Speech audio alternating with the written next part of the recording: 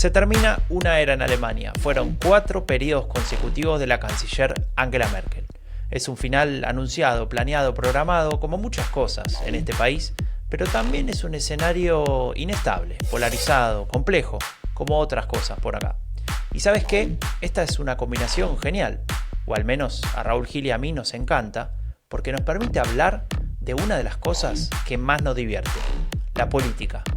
Y en este podcast vamos a hacer lo que hacemos desde hace casi una década con Raúl. Hablar, analizar, discutir sobre política alemana, pero en español. Yo soy Franco de Ledone y esto es el fin de la era Merkel.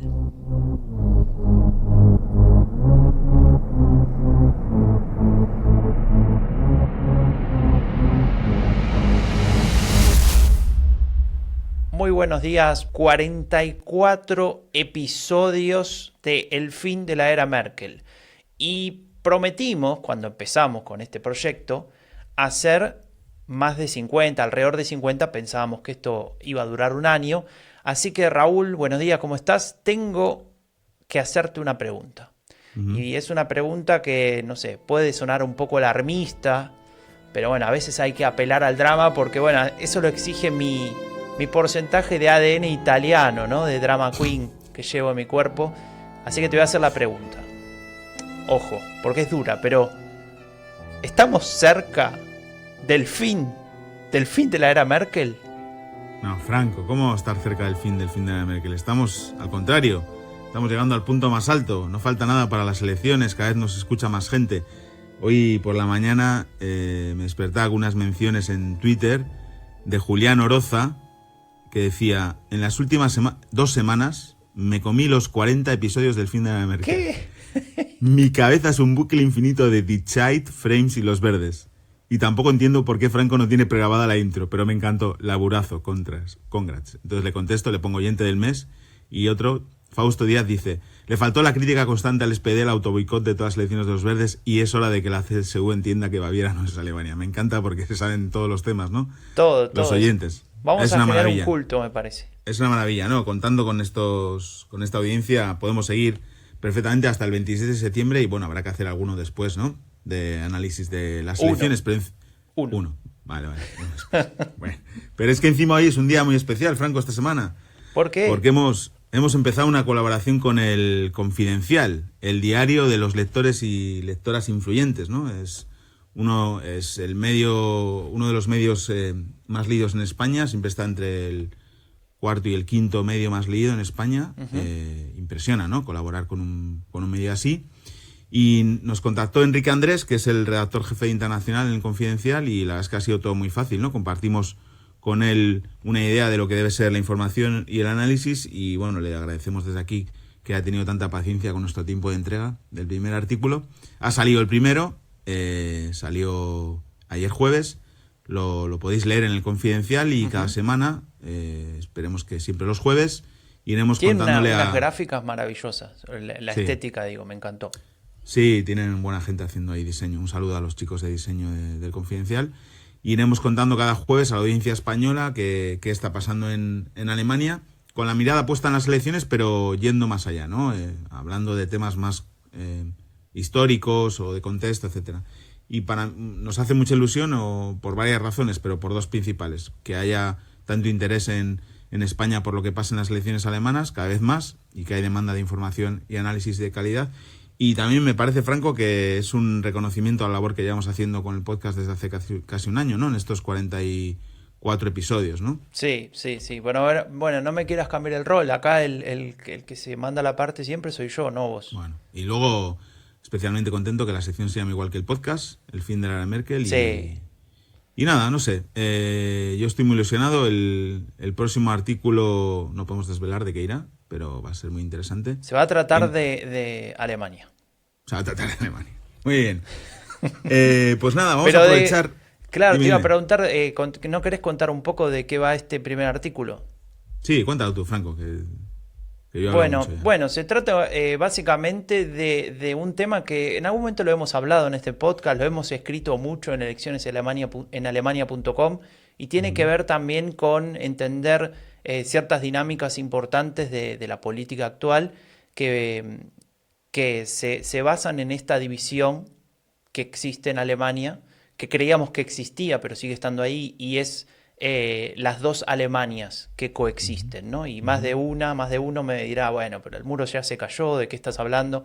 Estoy hablando de que ciertas diferencias, que ciertos elementos en las dos Alemanias no pareciera, digamos, tener los mismos valores, ¿no? Los mismos valores me refiero a los mismos indicadores, ¿no? Sí. Y ahí me da la impresión que aparece un issue, ¿no? Un tema que para la política alemana es muy difícil de abordar, y desde mi punto de vista es la base de una serie de problemas que tiene Alemania, por ejemplo, la existencia de un partido de derecha radical como lo es Alternative für Deutschland, ¿no? Entre otras cosas.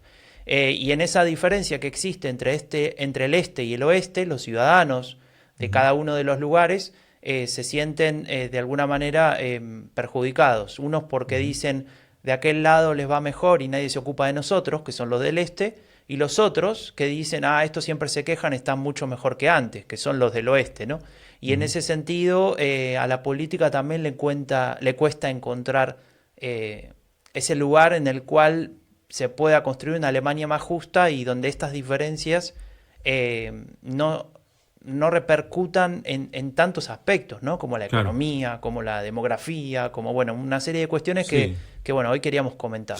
Lo de la demografía es tremendo, a mí me interesa mucho ese tema. Cuando estuve trabajando en la campaña electoral de Santander 2011 hablábamos mucho de la despoblación en Santander y del... Claro, ese es un fenómeno en España, ¿no? Muy... Que también, se ve. La España vacía, dicen, más bien la España vaciada, ¿no? Pero aquí se puede ver claramente, hay dos mapas, que luego igual los podemos poner en la web, ¿no? Sí, si no Ignacio después se enoja. Mentira, un abrazo. Saludos, Ignacio. Dos mapas muy interesantes, que es la variación del crecimiento de la población, uno entre 1995, es decir, poco después de la caída del muro, 5 años después, o 6, y 2017, y otro el pronóstico entre 2017 y 2015. Bueno, en el de 95-2017 se ve claramente, ¿no?, cómo las zonas del este han perdido población. Hay una migración interna, ¿no?, entre el este y el oeste de Alemania, y las zonas del oeste, sobre todo el sur rico de Alemania, pero también la zona de Hamburgo, Nordrhein-Westfalen, han crecido población, pero es que en el pronóstico no mejora, porque el este sigue perdiendo población y tampoco el oeste sube mucho. Ahí es la gran pregunta el problema demográfico alemán. Crónico, ¿no?, de Alemania, de envejecimiento de la población, como muchos otros países de Europa también, ¿no? De hecho, hicimos un episodio del podcast La Transición Alemana con nuestro querido amigo Andreu Jerez sobre este tema, ¿no? Y esta es una problemática que a la política también le cuesta abordar, además de la diferencia de este y oeste que hablamos al principio.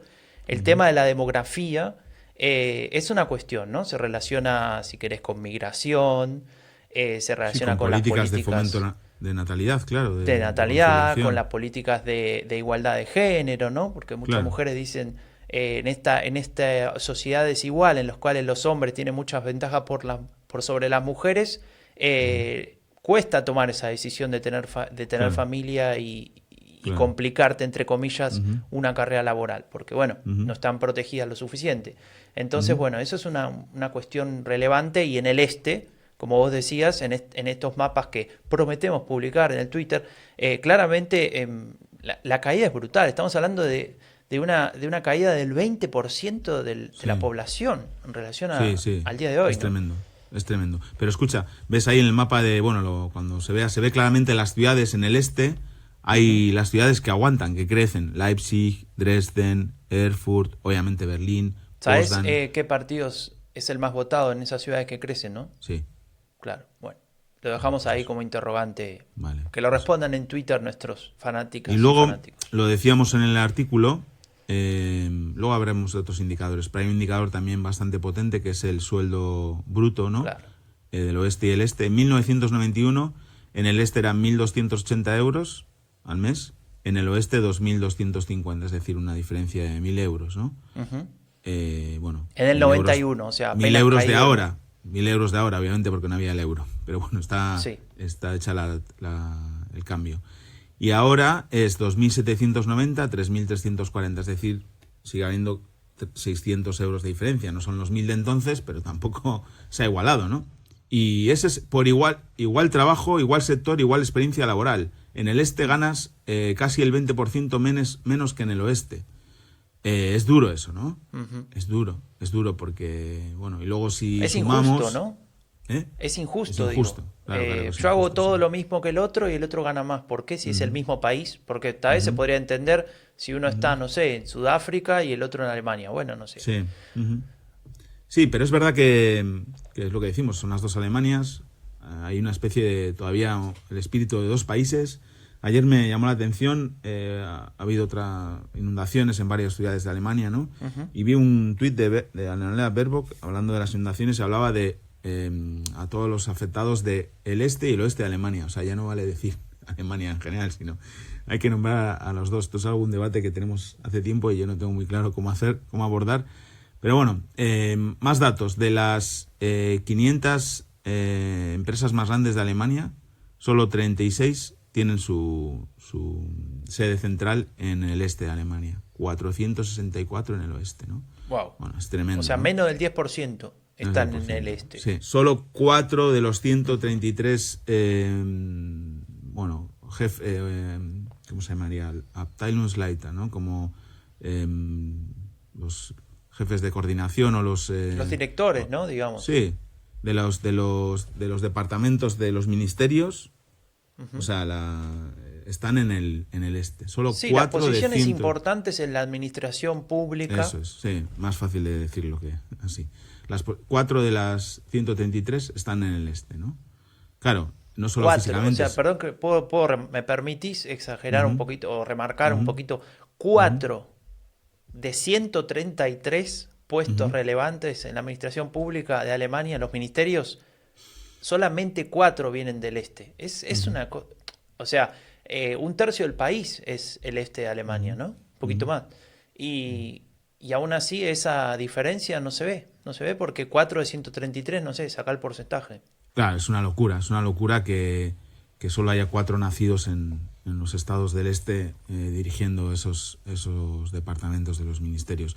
Es difícil hacer política para el este, una política de verdad que responda a las demandas y las necesidades de los ciudadanos cuando solo 4 de 133, ¿no? No solo hacen falta ministros del este, ¿no? Lo decía otro día el responsable del gobierno para el este de Alemania, que haría falta más ministros, ¿no? En el próximo gobierno alemán que provengan del este. No solo ministros, también esto, ¿no? Claro, cargos eso se altos ve de la en administración, cargos intermedios. los juzgados, por ejemplo. La cantidad también. de jueces en el este que son del este es muy baja. La cantidad de personas del este en puestos líderes de las empresas, por ejemplo, ¿no? También. Digamos, todo esto termina, a ver, para avanzar, todo esto repercute en la percepción que tiene la ciudadanía en el este en Claro. relación a la política, ¿no? En relación a Claro, la claro. democracia, a la confianza en que el sistema trabaja también para mí, ¿no? Y Claro. creo que ahí tenemos un par de datos, me parece que son reveladores, Sí. porque diferencian de entre este y oeste, ¿no? Sí, hay diferencias. Sobre la pregunta de la democracia no es el mejor sistema político. En el oeste el 8% dicen eso y en el este dicen el 14%, ¿no? En el caso de las personas precarias que tienen precariedad laboral y vital, llega al 25% en el este. 1 de cada 4 personas precarias en el este dicen que la democracia no es el mejor sistema político. Estos son datos de la Bertelsmann Stiftung, ¿no? Para aclarar de Heavy. dónde lo estamos sacando. Heavy, ¿no? Heavy. Y luego, otra pregunta Bueno, es pero, la democracia. perdón, una cosa. Sí. No quiero hacer una correspondencia. No sé si existe necesariamente una correlación ahí, pero aparece sí este dato de, digamos, ese 25% que vos marcás es casi idéntico al 20 y pico de % que vota AfD, ¿no? Bueno, pues si la Bertelsmann Stiftung tuviera datos segregados por voto a partidos, podríamos ver Sí existe. que obviamente, bueno, hay una relación ahí, ¿no? Eso es, tampoco hace falta tenerlos porque lo vemos en los datos de todas las elecciones, ¿no? Y luego hay otra pregunta, es, ¿la democracia no funciona en absoluto? En Ostdeutschland el 14 piensa lo mismo, que es un poco el mismo dato que decía que la democracia no es el mejor sistema, pero es que se va el 35% de la gente que vive en el este y es precaria, o tiene unas condiciones precarias de vida, que piensan que la democracia no funciona en absoluto. Claro, no funciona para ellos, porque es obvio, porque les va mal, los temas que ellos necesitan no se tratan, los debates que ellos quieren hablar no se hablan. Claro. Y bueno, al final, ¿qué influye también? Por ejemplo, confianza, no tengo ninguna confianza en el Bundestag, ¿no? En el Parlamento alemán. El 50% de los precarios del este, 1 de cada 2, dicen que no tienen ninguna confianza en el Bundestag. Es difícil, ¿no? Establecer una relación de confianza, incorporar a los procesos democráticos y a la vida social y económica a personas cuando piensan así, ¿no? Y cuando no sentís piensan que te da la espalda, claro. ¿no? La política. Claro, y no piensan así porque quieran pensar así, sino claro. porque hay un proceso, ¿no? Para que lleguen. Y para sumar estos datos, justo en los últimos días, el encargado del gobierno para el este, Marco Van der Beek, que hemos hablado aquí ya de él por aquellas declaraciones que hizo, que precisamente son las que abren el artículo en el Confidencial, ¿no? Sobre la socialización de muchos ciudadanos del este en una dictadura, en la dictadura de la RDA. Y bueno, ese informe que ha presentado es el Jahresbericht de la Bundesregierung sobre el estado de la unidad alemana. Has visto que he dicho la primera parte en alemán y la segunda en español para no liarme, porque, en fin, necesito todavía el segundo café del viernes. Bueno, es un informe que sí. se hace desde los años 90, cada año, sobre el estado de la reunificación, básicamente, ¿no? Genau. Y como gran titular nos deja que 31 años después de la reunificación, la producción económica en el este de Alemania es el 77% del nivel de Alemania Occidental.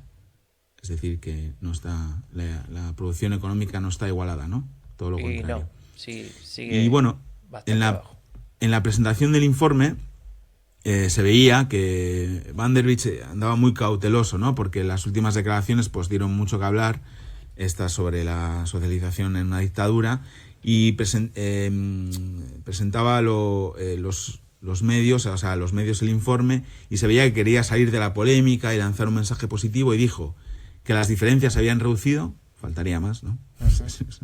Que los alemanes de ambos territorios tenían formas similares de vida y actividades de ocio, sí, ambos van a Mallorca de vacaciones, y que lo único en donde había claras diferencias era el escepticismo en relación a la política, que es lo que habíamos hablado, lo ¿no? que hablábamos recién. Y hay unos datos también, el Bericht, el informe lo podemos poner ahí también en la web, si alguien que sepa alemán lo quiere leer, es un tochazo, pero es muy interesante, lo volveremos a recuperar, acaba de salir la semana pasada.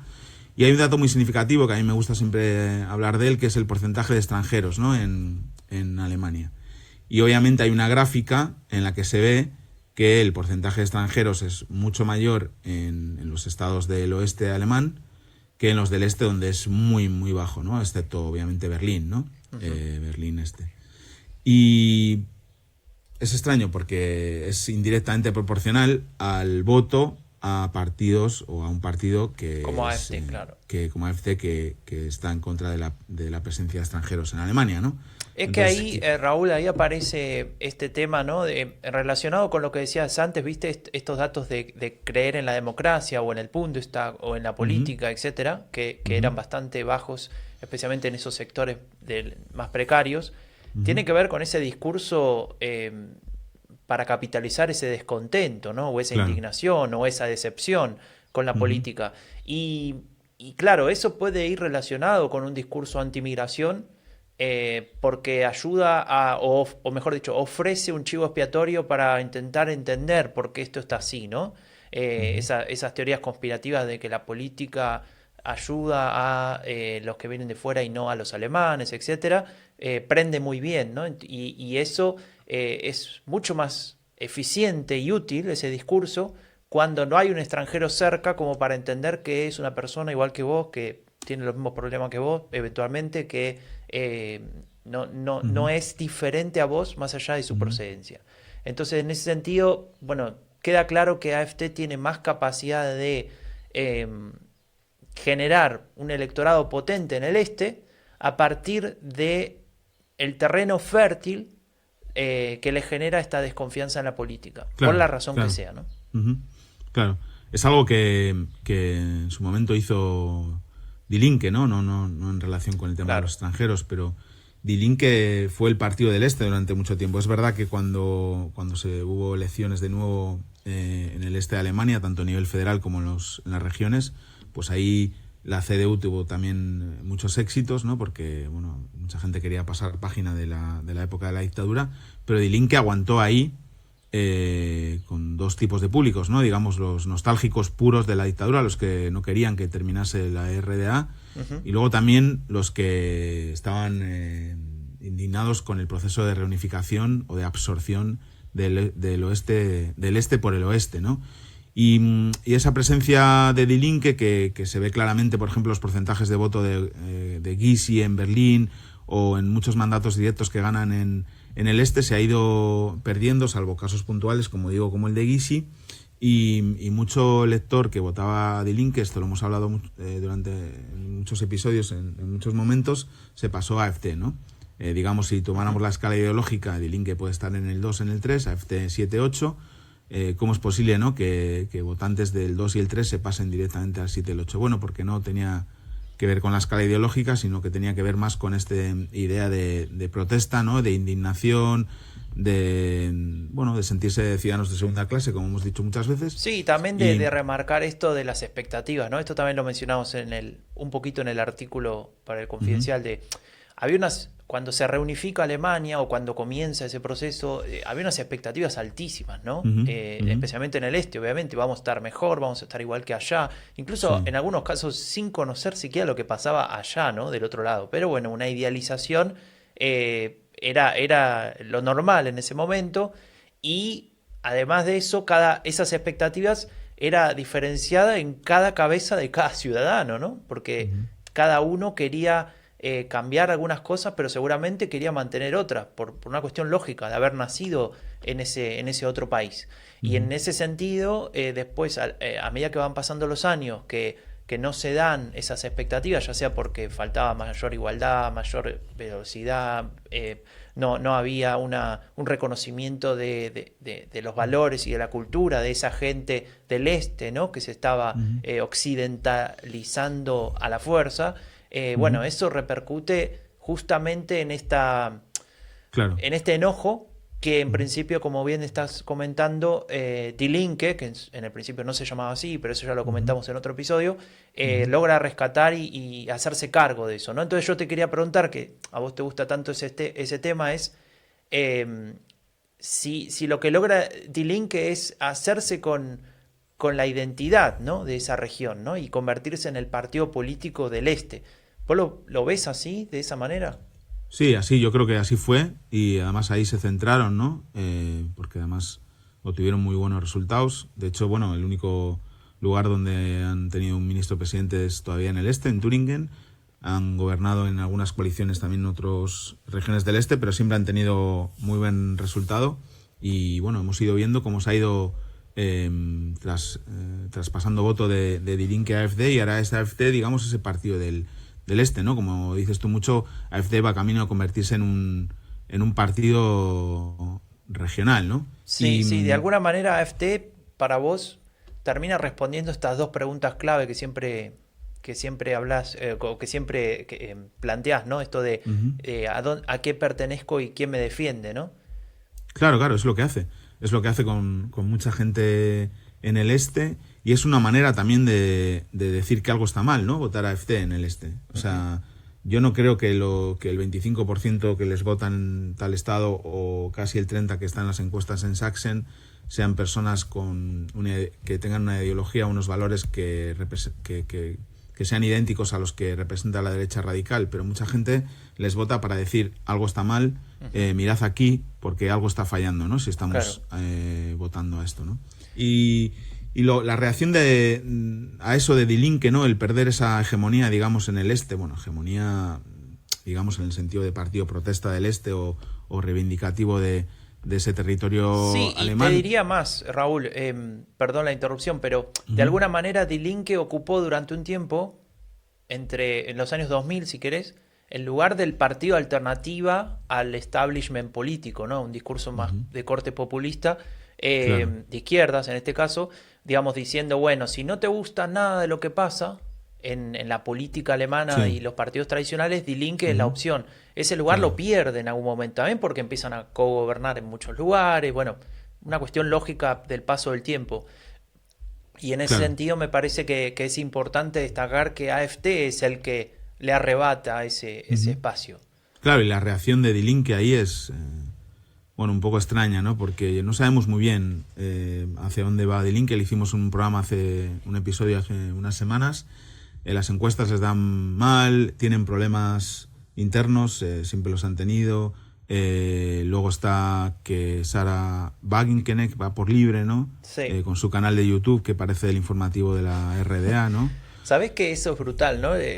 No sé Ujú. si alguno lo quiere mirar, busque Sarah Wagenknecht. Si logran escribir Wagenknecht correctamente, se llevan un premio. Si no, Google se lo corrige, no hay problema. No, pero es muy llamativo porque cuando uno ve las miniaturas, ¿no? Que se ven al principio, bueno, Ujú. son más o menos modernas, si querés, ¿no? Con letras grandes, qué sé yo, y Ujú. además, y mucho mensaje bastante clickbait, ¿no? Ujú. Alarmistas incluso. Ahora, cuando Claro. uno entra y empieza el video, eh, Ujú. es un video de la RDA. O sea, es un fondo gris, ella está Ujú. ahí medio hacia digamos, Ujú. movida hacia un lado, como Ujú. para que en un costado aparezcan imágenes Ujú. y con un micrófono así muy, muy viejo, muy de los 80, no se escucha el eco de la habitación, se ve que está en un lugar vacío.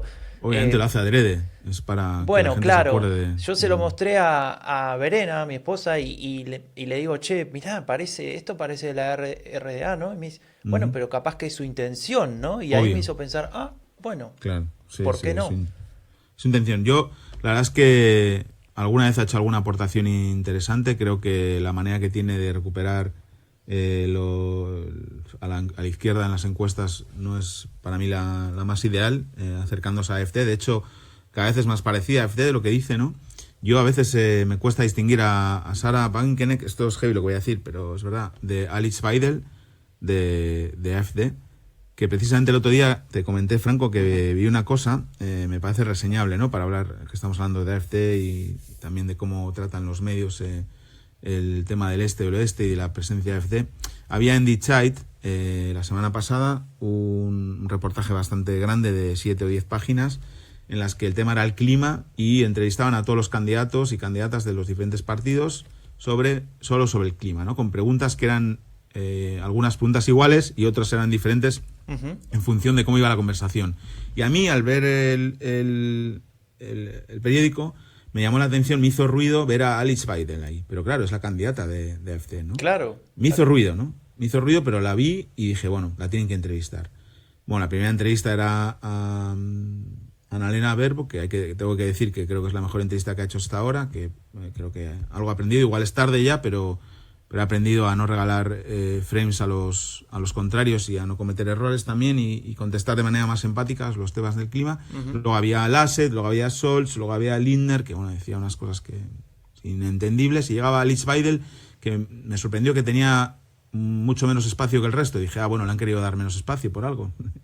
No, es que se suspendieron la entrevista, porque ella no quería hablar del clima. Decía que, bueno, primero que no era tan relevante, que no estaba claro que fuera que fuera por culpa del hombre, ¿no? De la acción del hombre. Entonces Claro. el periodista a la quinta respuesta ya le dijo, mire, nosotros veníamos aquí a preguntarle del clima, si usted no quiere hablar de eso, mejor lo dejamos aquí. Y dice, bueno, pues nada, chao. Sí, sí, sí, Alucinante. sí. Es muy común en Bailel, ¿eh? Esos ataques así de Wow. me levanto y me voy, ya lo ha Pero hecho, es, lo ha pero hecho en es, vivo. Sí. pero es heavy, es Es heavy, es heavy, sí, heavy. sí, sí. Bueno, a ver, esto nos muestra algo que voy a citar de vuelta a nuestro querido amigo Tariq Abu Shari, ¿no? Este profesor Ujú, de la Universidad de Zurich que una vez entrevistamos en algún episodio ujú. y para otro proyecto le preguntaba por la derecha radical y él decía, tal vez el problema no es necesariamente, no es necesariamente los partidos de derecha radical, sino la ideología, ¿no? Y esto aparece cuando están los temas que les sirven en la agenda, en la discusión pública, para discutir y para llamar la atención y para tener un lugar. Ujú, Migración, terrorismo, ujú. bueno, una serie de Claro. cuestiones. Incluso la corrupción a veces, ¿no? En la política, o sea, Ujú, la antipolítica, etcétera.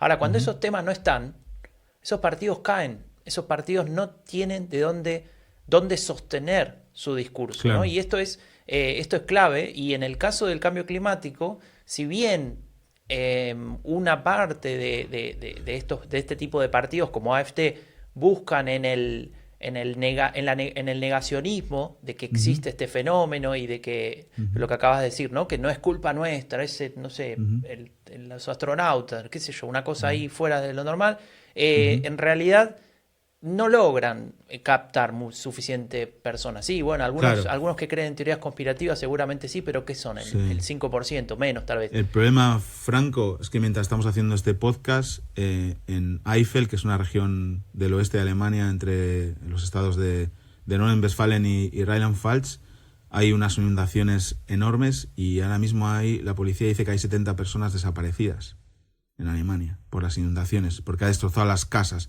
¿Quién puede? Quiero decir, se me pone lo estoy contando, Franco, y se lo estoy leyendo ahora mismo en el Süddeutsche Zeitung, una actualización, y se me pone la piel de gallina porque ¿quién, en su sano juicio, quiero decir, cómo se puede hacer tanto daño a la política, a la ciudadanía y también al mundo, todavía sosteniendo, ¿no?, este tipo de teorías negacionistas del cambio climático, ¿no? Y yo creo que tienen que pagar por ello, ¿sabes? Para mí, tanto los que niegan como los que gobiernan y no hacen nada, y ya me enfado, la verdad, Te vas. No, pero es tremendo, Franco, porque no puede ser, y la realidad les va a golpear en la cara, porque este tipo de episodios los estamos viendo desde hace muchos años y los vamos a ver cada vez más, y no se puede negar, ¿no?, la evidencia. Hay todavía gente que querrá en eso, que querrá creerlo, pero no se puede negar la evidencia, y obviamente hay unos datos que has comentado tú antes, de Baviera, que si quieres luego los comentamos, cómo el tema del clima ha pasado a ser el tema más importante en 2021, el gran problema para Baviera, es decir, preguntando a los ciudadanos de Baviera para Alemania, cuando en el 2017 era el tema de la inmigración, ¿no? Claro. Entonces, obviamente, ahí AfD sufre, porque a AfD le iba bien cuando hablábamos de la inmigración, de la crisis migratoria, cuando hablamos del Islam, cuando hablamos de todos los temas que le benefician, ¿no? Porque ella estableció unos marcos sobre los que nosotros discutimos mal y entonces le beneficia. Pero si hablamos de cambio climático y de que hay 70 personas desaparecidas ahora en Eifel, ¿qué tienen que decir sobre esto, ¿no? Sí, eso es justamente lo que decía este profesor Abou-Shari. Básicamente, si no está el tema, este tipo de partidos no tienen lugar. Y ahí es donde pierden apoyos, ¿no? Entonces, en ese sentido, me parece que es importante entender que si discutimos, por ejemplo, si se discute como hacía el Die Zeit, ¿no?, sobre cambio climático, y AfD no quiere hablar, es porque claramente no le sirve de nada, ¿no? Y le sirve más, y creo que ahí diría Alex Weigel hizo, entre comillas, lo correcto para su partido, no hablar de eso, porque no le conviene. Así que bueno. Esto es como lo de, pero por volver y relacionar esto con lo que dices con el tema de las dos Alemanias, y cerramos si quieres esta parte. Sí. Terminamos así el artículo en el Confidencial, ¿no? ¿Se puede resolver los agravios pendientes entre las dos Alemanias mientras la ultraderecha mantenga su fuerza electoral en el este? O sea, nos parece complicado porque ellos viven de esos agravios, ¿no? Del rencor, de la incertidumbre y del miedo, y los van a seguir alimentando. Es cierto que no ha habido aún un gobierno en Alemania que se haya querido ocupar en serio de esta cuestión, pero a AfD obviamente le interesa que esos agravios sigan y que haya más diferencia de sueldo, más diferencia de pérdida de población. Sí, cuanto peor mejor, ¿no? Es la cuanto frase. Peor mejor, sí. Entonces, nada, eso es un poco como resumen, ese era el final de nuestro artículo en el Confidencial. Hemos querido también dar algunos datos más y analizar este tema en el podcast, y si quieres volvemos un poco a la actualidad. Sí, ya que hablas de datos, ¿no? ¿Cómo estamos? Un poquito para contar el panorama, que hace un par de días, ¿no? Un par de episodios que no hablamos de encuestas, tampoco nos vamos a extender, pero un par de cuestiones clave, ¿no, Raúl? La primera es establecer la existencia de ciertas tendencias que se están, digamos, solidificando, ¿no? Por un lado, la distancia entre el primer lugar que tiene la Unión Demócrata Cristiana y la Unión Social Cristiana, la Unión, ya, digamos, ratificado como el partido que va primero, tiene 30 puntos, ya hay un par de encuestadoras que le da 30 puntos, lo cual es un techo psicológico que lograron alcanzar, que hacía tiempo que no tenían, desde abril, ¿no? Hace bastante.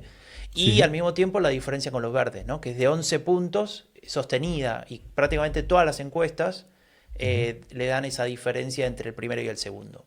Y eso, bueno, creo que es una tendencia, no digo que irreversible, pero que marca ya un camino sobre cómo van a ¿Cómo va a finalizar de alguna manera este último tramo de la campaña que empezará ahora cuando pase el verano, ¿no? Sí, yo creo que es obvio que hay esa tendencia que se ha producido, como decíamos la semana pasada, por los errores no forzados de los verdes, pero también por la campaña sucia, mucho por la campaña sucia.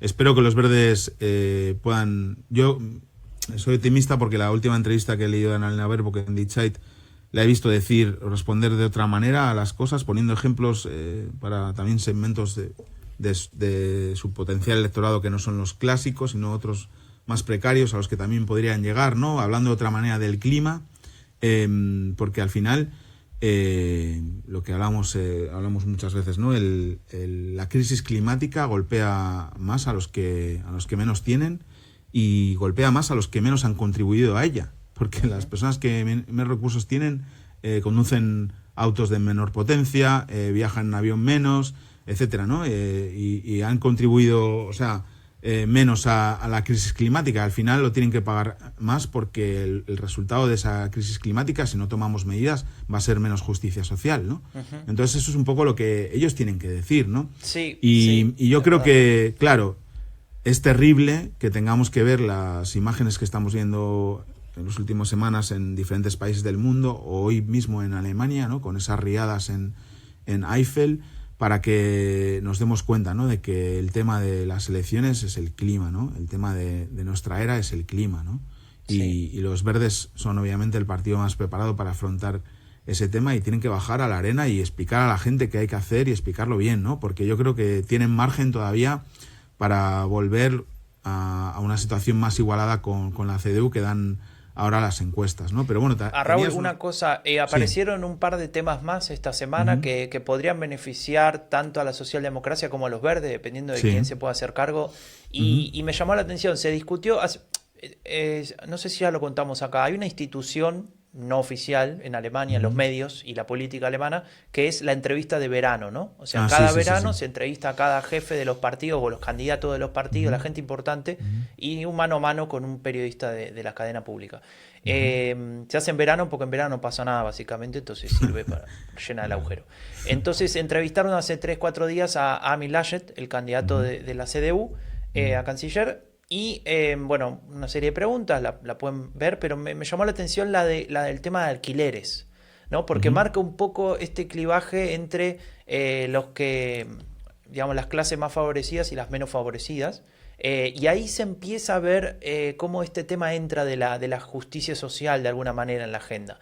Y le preguntaban por el tema de una ley que ponga en igualdad de condiciones a inquilinos y a digamos, dueños, en términos de quién va a pagar el impuesto extra por gastar más energía, ¿no? Es decir, cuando, no sé, usás más de la energía disponible. Entonces, ahí la CDU, en la fracción, en el Bundestag, se puso más a favor de los dueños, ¿no? que de los inquilinos. ¿Por qué? Porque dijeron, bueno, los inquilinos son los que usan la casa, ellos son los que gastan más porque abren más la calefacción o abren las ventanas y se escapa el aire caliente, bueno, etcétera, y pierden los inquilinos de alguna manera porque en realidad muchas veces lo que sucede es que las casas son viejas, las ventanas no cierran bien, la calefacción es antigua, etcétera. Entonces ahí lo que se pretendía era, bueno, yo me hago cargo de estos gastos extra, ¿no? De este precio más alto para cuidar el clima justamente, pero vos arreglame la casa, ¿no? Claro. Porque estás ganando plata con esto. Y entonces ahí la CDU se puso de un lado y ahí Armin Laschet se puso un poco incómodo en la respuesta, ¿no? La CDU se puso del lado que siempre ha estado, ¿no? Obviamente, por eso digo que me parece que ahí la socialdemocracia o los verdes, dependiendo a ver quién es más vivo, podría tomar este tema y meterlo en la agenda y dejar de discutir si lo suman al tema del control del precio del alquiler, que la iniciativa que se aprobó en Berlín fue derogada por los tribunales por un recurso de la CDU, ¿no? Pues podrían decir, miren, no permiten que el Estado reduzca el precio de los alquileres y encima quieren que lo paguen los inquilinos el nuevo impuesto, ¿no? Sobre este tema, ¿no? Entonces, bueno, obviamente, igual que ha salido estas últimas semanas que si sigue gobernando la CDU, los más beneficiados son los que ganan más a nivel de impuestos, a nivel de otro tipo de cosas, pues también con los inquilinos podían hacer campaña. Pero es verdad que los verdes no van a tener tiempo tampoco de tener muchos temas de campaña y el clima va a estar muy presente, Franco. Uh-huh. Va a estar, desgraciadamente, porque vamos a vivir situaciones como la de hoy, va a estar muy presente. Así que bueno, vamos Raúl, antes de terminar este episodio, ¿sí? ¿alguna mención especial a la publicación de carteles electorales, tanto de la CDU como de los verdes, que se lanzaron esta semana? Sí, de los verdes me gustó el filtro, la idea. Me encantó. No, el filtro no, el filtro es rec. ¿Por qué? Filtro verde. No, porque, no sé, me parece que los dos, además, tanto Baerbock como Laschet dan súper bien en cámara, son los mejores que dan, ¿no? En cámara, de toda la política alemana. Y ponerse el filtro verde ese es raro, ¿no? Salvo que, como decía el otro día en Twitter, medio en broma, medio en serio, sea pues una iniciativa que vayan a hacer en redes sociales, en plan, ponle un filtro verde a Alemania, no sé, alguna cosa. Igual, si no se les ha ocurrido y me leen en Twitter, la pueden hacer, se la doy gratis la idea. Pero eso sí. nos lo comentó también una de nuestras oyentes alemanas, ¿no? Que tenemos también. Genau, así es, que nos escucha todas las semanas. creo. Sí, y luego difunde también entre sus colegas alemanes que saben español el podcast. Sí, bueno, estoy expectante por los vídeos, Franco, como siempre son de tan buena calidad, estoy expectante por los vídeos. Habrá que hacer un programa especial de vídeos, ¿no? Sí, Twitch. Hay con Twitch, ¿no? Sí, tal vez. Twitch. Eso es. Bueno, Raúl, esto es el fin de este episodio, no el fin de la era Merkel, que creo que está cerca, pero no sabemos. Y vamos a contarle a la gente que hacemos una mini pausa, ¿no? Ah, sí. Sí. ¿Por qué? Y porque el señor Raúl, como es un burgués y tiene muchísimas posibilidades económicas, se va... Tengo tierras por el mundo. Me voy a mi casa, me voy a Santoña, tengo muchas ganas de ir. A la ciudad que está frente a Laredo. Me dan ganas de llorar cuando lo cuento, pero necesito mucho esas vacaciones. Son solo 15 días, 2 semanas sin podcast. Creo que la audiencia podrá vivir sin ello. Algún tuit escribiré desde la playa o después de comerme un octavillo de anchoas en la Mutua. Y nada, os esperamos de nuevo la primera semana de agosto, como siempre, aquí en el fin de la era Merkel. Y ya que este podcast se trató de las dos Alemanias, mientras que uno se va a la playa, el otro se queda trabajando en Baviera. Así que claro, así tenéis ese Producto Interior Bruto en Baviera. Voy a cerrar este episodio, Raúl. Muchas gracias a todos y a todas los que nos escuchan semana a semana por estar ahí, por los mensajes. Estamos muy contentos de todo lo que nos cuentan en Twitter. Adelante, si tienen ideas, si tienen ganas de comentarnos cosas, estamos siempre abiertos a ideas. Nos vemos entonces, no la semana que viene, no la otra, en 3 semanas. Y nos reencontraremos para seguir hablando de la política alemana. Hasta la próxima.